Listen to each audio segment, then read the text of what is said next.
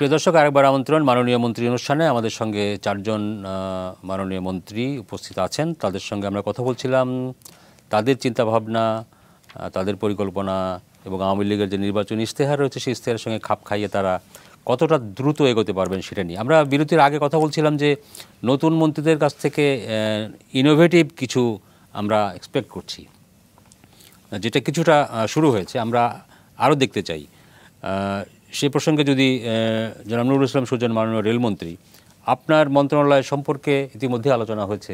বুলবুল ভাই বলেছেন যে ভারতের উদাহরণ দিয়ে এটি হতে পারত বাংলাদেশের সাধারণ মানুষের সবচাইতে প্রিয় এবং চলাচলের পরিবহনের ব্যবস্থা সবচাইতে নির্ভরশীল, বাট আনফর্চুনেটলি সেটি এখনও হয়ে ওঠে নাই। আপনি দায়িত্ব নিয়েছেন, আপনার কী ধরনের পরিকল্পনা, আমি যদি একটা জানতে চাই যেটি সাধারণ মানুষকে আশ্বস্ত করবে রেল নিয়ে। ধন্যবাদ আপনাকে। আপনি যে কথাটি বললেন যে এটা হতে পারত ভারতের মতো, ভারতের একটা উদাহরণ আমরা দিয়েছেন।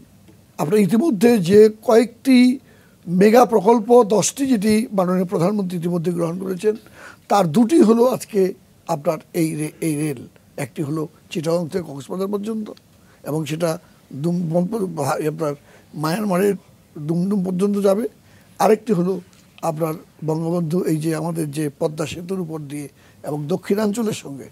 এবং মাননীয় প্রধানমন্ত্রী বলেছেন যে প্রত্যেকটি জেলা আমাদের সামনে, এই যে আমাদের যে ইশতেহার ঘোষিত হয়েছে, প্রত্যেকটি জেলা শহরে জেলায় আমরা রেলকে আমরা পৌঁছে দেব। নতুন কিছু, যদিও আপনারা দায়িত্ব নিয়েছেন 2 সপ্তাহ মাত্র, নতুন কিছু আমি বলি যে প্রকল্পগুলি যেগুলো ইতিমধ্যে চলমান আছে, এগুলোর সঙ্গে যা এক্সিস্টিং আমাদের যে সুযোগ সুবিধা, যেটি আমরা লক্ষ্য করেছি আমাদের মাননীয় রেল এবং আপনার যোগাযোগ মন্ত্রী ওবায়দুল কাদের, যেটি যে এক্সিস্টিং আমাদের রাস্তাগুলো কি, এই রাস্তাগুলোকে মোটামুটিভাবে যাতে আপ টু ডেট করা যায়, মানসম্মত করা যায়, সেই কাজটি উনি হাতে নিয়েছেন। আমরাও চেষ্টা করছি আমাদের এক্সিস্টিং যে রেল লাইনগুলো আছে, যে যোগাযোগগুলো আছে এবং যে স্টেশনগুলো আছে, সেই স্টেশনগুলো যাতে আমরা আধুনিক করতে পারি। আমাদের রেলের মধ্যে আমরা অনেক বগি এবং অনেক যেগুলো আপনার যে এগুলো আমদানি ইতিমধ্যে আমরা এ মাসের থেকে শুরু করব, প্রায় 50টি মতো আমরা কোচ নিয়ে আসতেছি ব্রড গেজ। এছাড়াও 200টি কোচ আমরা আগামী 6 মাসের মধ্যে আমাদের সংযুক্ত হবে। এভাবে রেল কিন্তু, এবং ইতিমধ্যেই মাননীয় মন্ত্রী, আমি যদি একটু বলি, ঢাকা চট্টগ্রাম এক্সপ্রেস রেলওয়ে, এইটার কি কোনো সুখবর আছে? যেটি নির্বাচনে ইশতেহারে বলা আছে যে নতুন পরিকল্পনার মধ্যে ঢাকা চট্টগ্রাম এক্সপ্রেস রেলওয়ে। এই এক্সপ্রেস রেলওয়ে যে সেটা হলো হাই স্পিড, যেটা আপনার যেটা বলছে বুলেট ট্রেনের কথা যেটা বলছেন, এটি আমরা 25 সাল নাগাদ আমরা এটা বাস্তবায়ন আমরা করব। এর আপনার 90% আপনার এলিভেটেড হবে এবং 1 ঘন্টা 10 মিনিটের মধ্যে আমরা চিটাগাং পৌঁছাবো। এটি গত পরশু আমার কাছে উপস্থাপন করা হয়েছে, তার আলোকে এটা বললাম। এটা ঢাকা থেকে নারায়ণগঞ্জ, নারায়ণগঞ্জ থেকে কুমিল্লা, কুমিল্লা থেকে ফেনী, ফেনী থেকে চিটাগাং। ধন্যবাদ। আপনি অনেকগুলি কথা বলেছেন।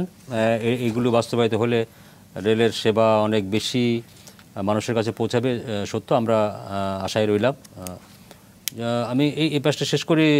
জনাব মোরাদ হাসান, মাননীয় স্বাস্থ্য প্রতিমন্ত্রী, আপনার চিন্তার মধ্যে এরকম কোনো উদ্ভাবনী নতুন কিছু কি আমরা স্বাস্থ্য খাতে আশা করতে পারি? আমাদের স্বাস্থ্যসেবাকে প্রত্যেকটি প্রান্তিক জনগোষ্ঠী কাছে পৌঁছে দেওয়াই হচ্ছে আমাদের মূল চ্যালেঞ্জ, মূল দায়িত্ব। তাহলে তো আপনাকে ইনশিওর করতে হবে, যেটি বাংলাদেশের বহু পুরনো সমস্যা, ডাক্তাররা, আপনি নিজেও একজন ডাক্তার, তারপরও অপ্রিয় সত্যটা হচ্ছে ডাক্তাররা গ্রামে থাকতে চান না। সেটি আপনারা কি করে নিশ্চিত করবেন?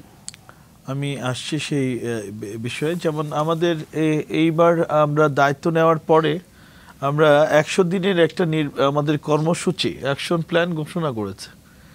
তার মধ্যে আপনার ইনোভেটিভ যে প্রসঙ্গটি উত্থাপন হয়েছে, যে কি নতুন আমরা করব, যার মধ্য দিয়ে প্রমাণ হবে যে এই সরকার, এই মন্ত্রণালয় আমাদের প্রত্যাশা এবং প্রাপ্তির সাথে সমন্বয় ঘটাচ্ছে। আমরা স্বাস্থ্য মন্ত্রণালয়ের সেবা সপ্তাহ এই কার্যক্রমটি এর আগে কখনো ছিল না। আমি মন্ত্রী মহোদয় সহ আলোচনা করে যে আমাদের এই মন্ত্রণালয়টাই হচ্ছে অ্যাবসলিউটলি সার্ভিস ওরিয়েন্টেড, মানে হিউম্যান বিং, মানুষের স্বাস্থ্য সেবা নিশ্চিত করা, যেটা সবচেয়ে সেবার প্রধান জায়গা, মানুষের স্বাস্থ্য সেবা নিশ্চিত করা। তাহলে আর সেবা সপ্তাহ আলাদা করে কেন? এই জন্যই দরকার, এটা প্রথম দরকার এখানে যে বিভিন্ন যেমন পুলিশ সপ্তাহ, ট্রাফিক সপ্তাহ, অনেক সপ্তাহ আছে। আমরা যে সেবা কিভাবে প্রদান করব সেটার দৃশ্যমান আমরা কার্যক্রম এই সেবা সপ্তাহে এই বছর প্রথম আমরা সেবা সপ্তাহ উদযাপন করব স্বাস্থ্য ও পরিবার কল্যাণ মন্ত্রণালয়, যা আমাদের নির্বাচনে ইশতেহারে। এখানে যদি আমি একটু বলি যে একটা ইশতেহারে বলা আছে 1 বছরের নিচে এবং 65 বছরের উপরে সকলকে বিনামূল্যে স্বাস্থ্যসেবা প্রদান করতে হবে। তো এটা এনশিওর করার ক্ষেত্রে মাঠ পর্যায়ে যে মানে যে পদ্ধতি, মানুষ কিভাবে যাবে, একটা 65 বছরের বৃদ্ধ মাকে নিয়ে গ্রামের একজন কৃষক যাবে, সে ডাক্তারের কাছে গিয়ে কিভাবে বলবে যে আমি আমার মা 65 বছরের ঊর্ধ্ব, আমি ফ্রি সেবাটা চাই, এটা নিশ্চিত করার জন্য আপনাদের মেকানিজমটা কি করেছে? এটা প্রাথমিকভাবে তো এটা শিশু তো 1 বছরের নিচে তো বোঝা যায়, আর 65 বছরের উপরে আমাদের প্রত্যেকেরই জাতীয় পরিচয়পত্র আছে। না না, সেটা আছে, আমি বলে দাবি 65, কিন্তু সেটা একটা হাসপাতালে গেল, গ্রামের হাসপাতালে, আপনার মানে সার্ভিস ডেলিভারি লেভেলে ওটা তো মানে ওই ডিমান্ড লেভেলে তো আছে, চাহিদাটা আছে, কিন্তু সাপ্লাই লেভেলে ডাক্তারদেরকে ওরিয়েন্টেশন, হাসপাতালগুলিকে ওরিয়েন্টেশন, যে 65 বছরের একজন মহিলা আসতে বা পুরুষ আসতে তাকে বিনা এই ওরিয়েন্টেশনের ব্যাপারে আপনারা কি করেছেন? এটা কিন্তু অ্যানাউন্সমেন্ট হয়েছে, ডিক্লারেশন হয়েছে। আমাদের সকল আমরা ইতিমধ্যে শপথ গ্রহণ করার পরে আমরা যখন মন্ত্রণালয়ে 8 তারিখ থেকে কাজ শুরু করি, আমরা কিন্তু প্রথম দিনেই আমাদের যে স্বাস্থ্য এবং পরিবার কল্যাণ মন্ত্রণালয়ের অধীন সকল সচিব মহোদয় 2 জন থেকে শুরু করে 4 জন ডিজি থেকে শুরু করে সকল ডাইরেক্টর পর্যায়ক্রমে, এর পরের দিন আমরা সকল মেডিকেল কলেজের প্রিন্সিপাল, সকল জেলা পর্যায়ের হসপিটালের সিভিল সার্জন, সুপারিনটেনডেন্ট, তারপরে আমাদের যে ডাইরেক্টর, ডেপুটি ডাইরেক্টর, সবাইকে নিয়ে কিন্তু এই পরিকল্পনাগুলো আমরা আলোচনা, ইট ইজ অলরেডি সার্কুলেটেড, এবং এটা ইমপ্লিমেন্ট করার জন্য এই মেসেজ কিন্তু সকল জেলায় চলে গেছে, এবং জেলা প্রধানরা আমাদের সাথে আলোচনার ভিত্তিতে তাদের প্রতি নির্দেশিত দায়িত্বগুলো আমরা কিন্তু বলে দিয়েছি যে এইভাবে কার্যক্রমগুলো চলবে। সেবা সপ্তাহের মধ্যে দিয়ে আমরা আরো পরিষ্কারভাবে আমরা এটা ব্যাপকভাবে প্রচারণা করব যে কিভাবে আমাদের স্বাস্থ্য সেবা নিশ্চিত করব মানসম্মত, সেটা আমাদের এই সেবা সপ্তাহের মধ্যে দিয়ে রাজা ভাই আমাদের বাংলাদেশের মানুষ জানতে পারবে। ধন্যবাদ, ইনশাআল্লাহ জানতে কোথাও বাকি থাকবে। ধন্যবাদ। এই যে ঘোষণাটা যেটা জনাব বুলবুল ভাই আপনি বললেন যে 1 বছরের কম আর 65 বছরের উপরে, এটি একটি চমৎকার একটি খুবই ভালো সিদ্ধান্ত, এবং এটি ইমপ্লিমেন্ট হলে স্বাস্থ্যসেবায় মানুষের কাছে স্বাস্থ্যসেবা অনেক বেশি করে পৌঁছাবে এবং একটি যুগান্তরী কাজ হবে। আমরা আশা করব যেহেতু ঘোষণা করা হয়েছে, মাননীয় প্রধানমন্ত্রী নিজেই ইশতেহারে ঘোষণা করেছেন, সেটি বাস্তবায়িত হবে। জনাব সমর রেজাউল করিম, মাননীয় গৃহায়ণ মন্ত্রী, আপনার মন্ত্রণালয়ের কাছ থেকে আমরা আপনার কাছ থেকে নতুন কিছু দেখতে পাচ্ছি শিগগিরই? আমি একটুখানি নতুন কিছু দেখার আগে আমরা যেটা মানে আপনার মন্ত্রণালয়ের অনেকগুলি চালু প্রকল্প, উত্তরার জমি কবে দেওয়া হয়েছে এবং কবে মানুষ সেখানে বসবাস করতে পারবে, এটার কোনো হিসাব আমাদের কাছে উত্তরার সঙ্গে আমি পূর্বাচলটাও যোগ করলাম। কাজেই এই যে চালু প্রকল্পগুলি কত দ্রুততম সময়ে মানুষের কাছে হস্তান্তর করা হবে, এই ব্যাপারে আপনার ভাবনার সঙ্গে আমরা একটুখানি সম্পর্কিত থাকতে চাই। দেখুন, আমি নিজের স্বপ্ন দেখতে পছন্দ করি, এবং স্বপ্নকে শুধু ঘুমিয়ে স্বপ্ন দেখা না, আমি চ্যালেঞ্জ আকারে নিতে স্বাচ্ছন্দ্য বোধ করি। সেই ক্ষেত্রে আমার মন্ত্রণালয়ের 12টি অর্গান বিশিষ্ট মন্ত্রণালয়, সিডিএ, কেডিএ, কক্সবাজার, রাজশাহী, ঢাকা, রাজুক, বিশাল বিশাল প্রকল্প সমন্বিত একটি মন্ত্রণালয়। সরকারি অবকাঠামো যত আছে তার 98% আমার মন্ত্রণালয় দেখভাল করে, বন্যভাবে করে। তো সেই সকল কাজের কারণে পরিসরটা অনেক বড়, আর একত্রে এত বড় প্রকল্প নেওয়া হয়েছিল, যেমন উত্তরা 3rd ফেজ, পূর্বাচল, ঝিলমিল, এর কোনো কোনো জায়গায় কিন্তু জমি অধিগ্রহণ করার পূর্বেই যতটুকু অধিগ্রহণ করা হয়েছে ততটুকুর উপরে কাজ শুরু করা হয়েছে। কোনো কোনো জায়গায় গিয়ে কিন্তু বাধার মুখোমুখি হয়েছে যারা ওই জমির মালিক, তারা বাধা দিয়েছে, মারামারি কাটাকাটি হয়েছে। কখনো কখনো দেশে হাইকোর্টে মামলা, জজ কোর্টে মামলা, আপ টু অ্যাপিলেট ডিভিশন মামলা, এইরকম পরিস্থিতি কিন্তু আমাদের মোকাবেলা করতে হয়েছে। ডেভেলপমেন্ট করব কি, মামলায় হাইকোর্ট স্ট্যাটাসকো দিয়ে দিয়েছে। এই স্ট্যাটাসকো নিষ্পত্তি না হওয়া পর্যন্ত ওখানে কিন্তু হাতে দিতে পারিনি আমরা, আর আমরা তো লাঠিয়াল নিয়ে যেতে পারি না, আইনের প্রক্রিয়া যেতে হবে।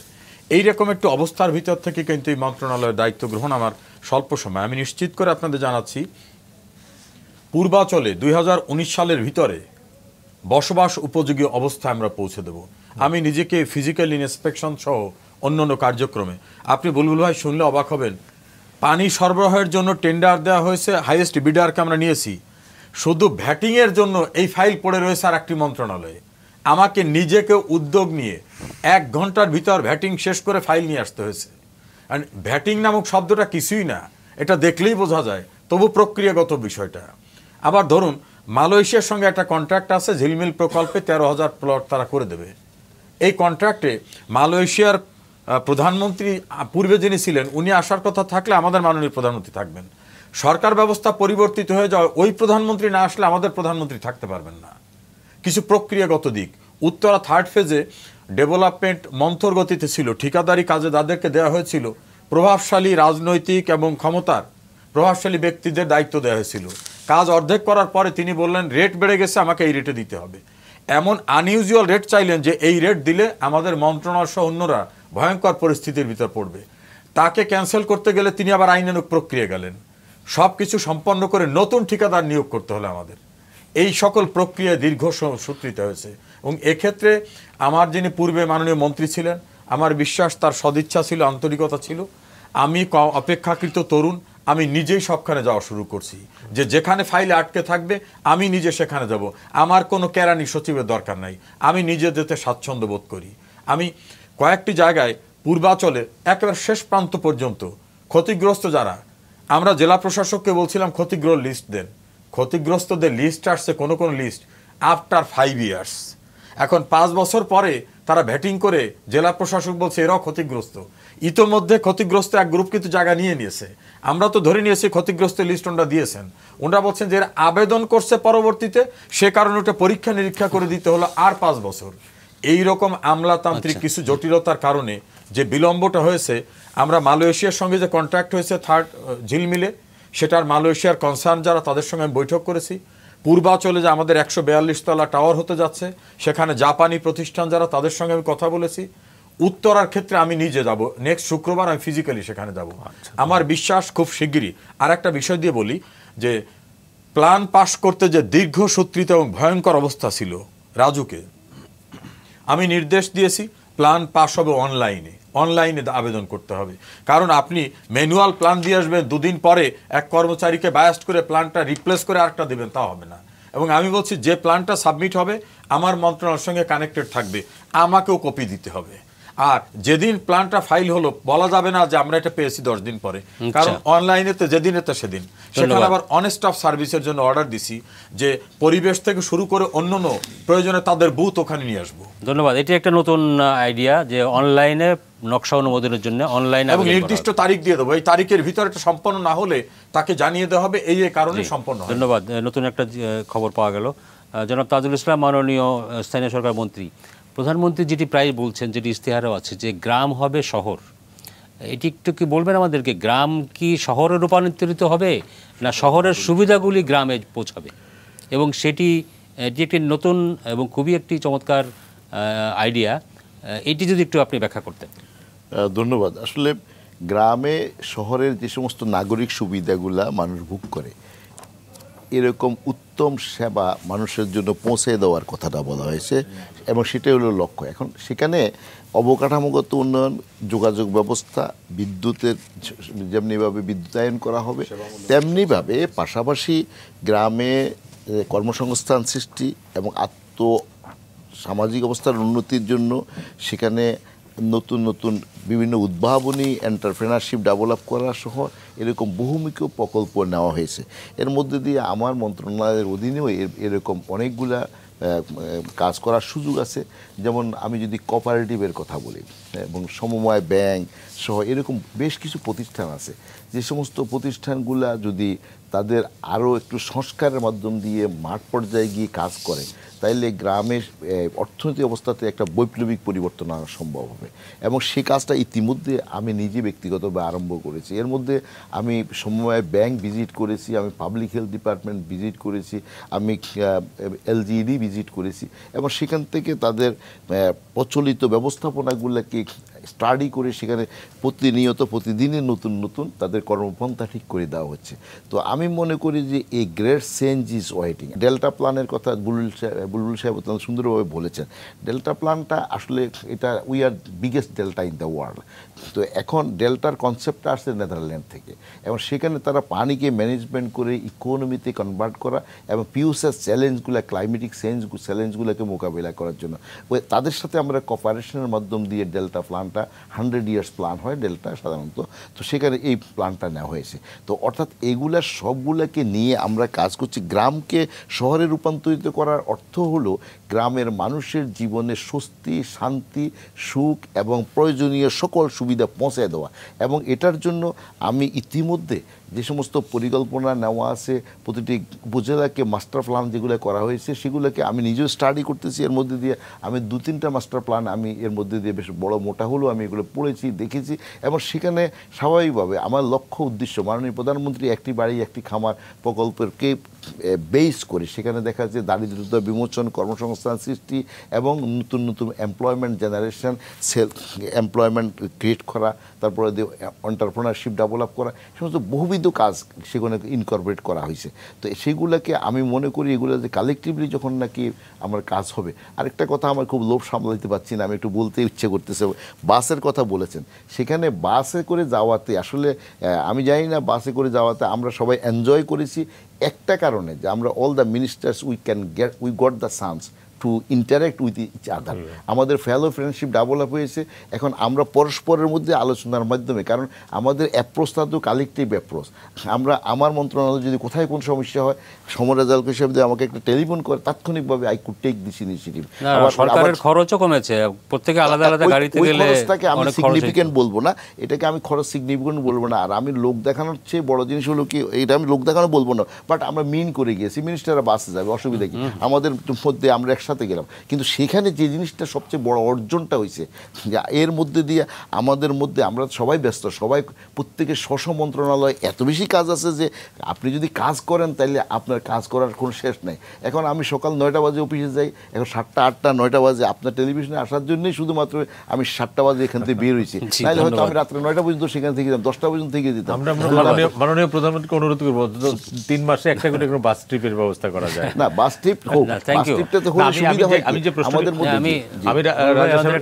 একটা বিরতির সময় হয়ে গেছে অনেক আগেই, আমি শুধু বিরতিতে যাওয়ার, ধন্যবাদ আপনাকে। এই যে শেষ করিনি, জি শেষ করেছি, জি আমরা ব্রেক নেব একটু, আমরা আরেকটু এখানে ইনকর্পোরেট করা উচিত। বুলবুল আর কি বলতে যাচ্ছে না, এটা বিরতির পরে পরে আসছি। তার আগে, বিরতিতে যাবার আগে এই যে বাসে যাওয়ার প্রসঙ্গ যেহেতু আসলো, ইনোভেটিভ কিছু করা যায় কিনা, মাননীয় স্বাস্থ্য প্রতিমন্ত্রী আছেন, এরকম হয় কিনা, হতে পারে কিনা যে স্বাস্থ্যমন্ত্রী বা স্বাস্থ্য প্রতিমন্ত্রী তাদের সাধারণ অসুখ বিসুখের ট্রিটমেন্ট সরকারি হাসপাতালে নেবেন, এইরকম কোন এক্সাম্পল সেট করা যায় কিনা?